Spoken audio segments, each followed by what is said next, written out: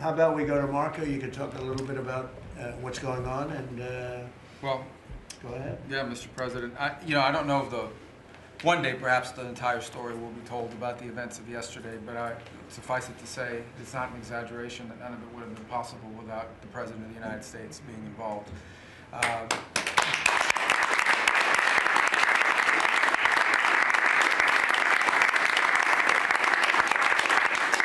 It really began with your trip to the Middle East, where these relationships were forged with partners in the region, personal relationships, close relationships that created the foundation where all of this was possible.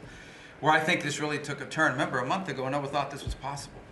Where it really took a turn about a month ago, less than a couple weeks ago, is when we were at the United Nations, and you convened a historic meeting, not simply of Arab countries, but of Muslim-majority countries from around the world, including Indonesia was there, Pakistan was there, and created this coalition behind this plan. Then on that following Monday, you met with the Prime Minister of Israel here, and that plan was presented. And then, of course, our great negotiating team followed up on it. In the interim, again, perhaps the stories will be told, perhaps they will never be told. The President had some extraordinary phone calls and meetings that required a high degree of intensity and commitment, and made this happen.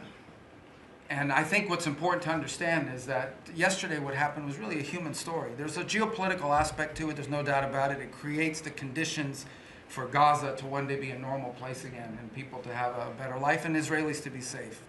But yesterday was a human story. And because of the work you put in, and honestly, not only is there no other leader in the world that could have put this together, Mr. President, but frankly, I don't know of any American president in the modern era that could have made this possible. Because of the actions you have taken unrelated to this, and because of who you are and what you've done and how you're viewed. And this weekend, because of that, at some point very soon, we are going to see 20 living human beings emerge from the darkness into the light for the first time in 2 years. And that is because not only were you used the credibility and the power and the prestige of this office and the relationships you created, and you committed yourself to making it happen. And I think it will go down as a historic moment in the history of our country, and something our country should be very proud of, that we have a president that's committed to not just peace, but to the human aspect of reuniting these families. My last point on this is just a couple days ago, Secretary Lutnick hosted us all, many of us, at the Kennedy Center. And we have these families, we've interacted with them for so many years, for 2 years now. And the stories are heartbreaking, both whose families are alive and those who are deceased as well, who want their relatives back so that they can complete the process of grieving.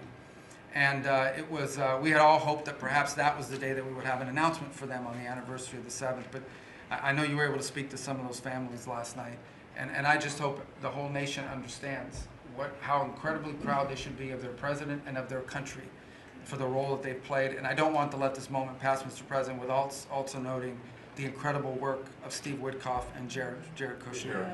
They're an incredible team working together, facing some substantial impediments to even being there this weekend and doing it. Let me just leave it at that.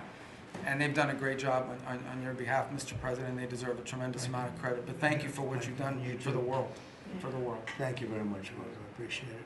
I think because we have a very busy day with all that's going on, what we'll do is maybe just a few of you raise your hand if you'd like to say something don't talk too long, Doug. He's doing such a great job. So good that he could talk all day. That's the problem, right? But, and what we'll do is just take a few hands, and then we'll go back to getting peace done, okay? We'll go a little bit quicker. We'll take a few questions from the press. Go ahead, please. President Trump, I just want to double down on what Marco was sharing. It's such a remarkable accomplishment. Agreed that no other president could have done this, but what set the groundwork for you able to do that? When you took office on January 20th, you made a 180-degree turn in our military strength with Pete's leadership.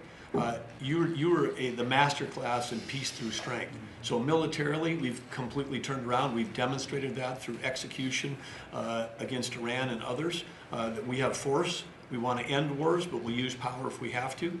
And then secondarily, peace through strength is also the prosperity, having the strongest economy and being willing to wield the power of a tariff in addition to the military power, to reorder the globe. Those two things that you're standing on, both economic power and military power, allowed these negotiations to go forward. And I think as you've described the importance of these economic negotiations and all the trade deals, but that also begins with another 180-degree turn, and that was the 180-degree turn on energy. You have used energy diplomacy to bring prosperity to the American people, and you've used it to bring peace abroad. The combination of those three things have been remarkable, and now we're seeing the remarkable result. And we got one more that I know you want to end with Russia and Ukraine. Energy is going to play a key role in that, and now with this historic agreement, we're in a position working with the Middle East to also end the Russian-Ukraine conflict. So again, congratulations. Thank you very much, Dick. I appreciate it. Maybe I'll go to you for a second. You can just cap out what he said about the military, how well we're doing, and how big it is, and how strong it is. Mr. President, you're exactly right. At the War Department, you don't get peace without strength. And our job is to be the strength part of the equation and deliver that when necessary, as you demonstrated with your Order of Midnight Hammer, and the entire world saw. And I just want to echo what Marco said. It is a personal honor to be able to witness the way you lead and negotiate. I wish people had a full understanding of what that looks like, that historic nature. A lot of us vets, you know, the Vice President, Tulsi, Lee, Doug, probably after decades of war and the chaos that was unleashed through reckless and foolish American policies, never thought this kind of peace would be possible. Yet, with your strength, with your ability to wield trade negotiations, personal relationships, to open up that opportunity is truly historic on the world stage. And it creates a whole number of other cascading effects. And watching Marco and the Vice President and Steve and Jared, the CIA director, everybody come together to make it happen. You've formed a phenomenal team, Mr. President. And at the War Department, our job is to make sure if and when there's question about American commitment, the whole world knows we've got the biggest, strongest, most lethal, and most ready War Department in the world, which is true, which is why we saw record recruitment in 2025, Mr. President. The first 2 weeks of 2026 already blows that out. FY 2026 already blows it out of the water. In fact, re-enlistment has already met its year-long goal in the Marine Corps in 2026. 2 weeks. Okay. You can't. There's no other way to create that kind of love and enthusiasm than with your leadership, sir. And it is an honor to work with Pam and with Christy and the cities across the country to make sure American citizens and law enforcement are protected with our National Guard.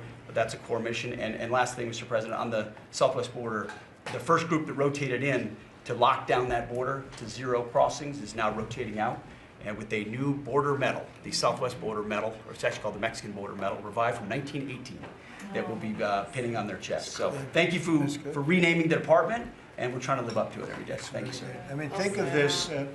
We have record numbers of recruitment. 1 year ago, there were stories, front-page stories, that we couldn't get anybody to join the Army, Navy, Air Force, Marines, Coast Guard. My beautiful, I call it our beautiful Space Force. I love our Space Force. It's turned out to be very important. But we couldn't get anybody to join. Nobody wanted to join, including our police and fire. They didn't want to join anything. Recruitment was embarrassing. We couldn't get anybody. And now we're brimming. Now it's, and they're getting in based on merit now. A soldier's a soldier. They come in now based on merit, not based on woke stuff that anybody can qualify. You have to qualify for jobs. You have to qualify for certain types of jobs. And it's amazing. So we were embarrassed a year ago. Think of it, a little bit more than a year ago. I think it stopped on November 5th. I think it really started, this all started on November 5th, the election day. But now everybody wants to be in. We have an overabundance, and maybe we should raise it a little bit. I don't know. I like that idea, sir. But we could raise it. But we have so many people want to join, and they're proud of our country again. JD, could I ask you to say a few words? Yes, sir. So just a couple of things. Mr. President, first of all, congratulations on yesterday. It was a big day. To Marco, to Susie, to the entire team. But in particular, viewing it from this perspective where for months the fake news media attacked you, attacked the entire team, attacked your approach. You know, the definition of insanity is to do the same thing again and again, expecting a different result. The reason we're here is because the president actually charted a different course with a different team. He vested a lot of authority in Steve Witkoff in particular, and that's why we're here. It's because you did something different, and I think it's important to recognize that. I also think the president, you know, Marco mentioned the president's personal touch being a big part of this.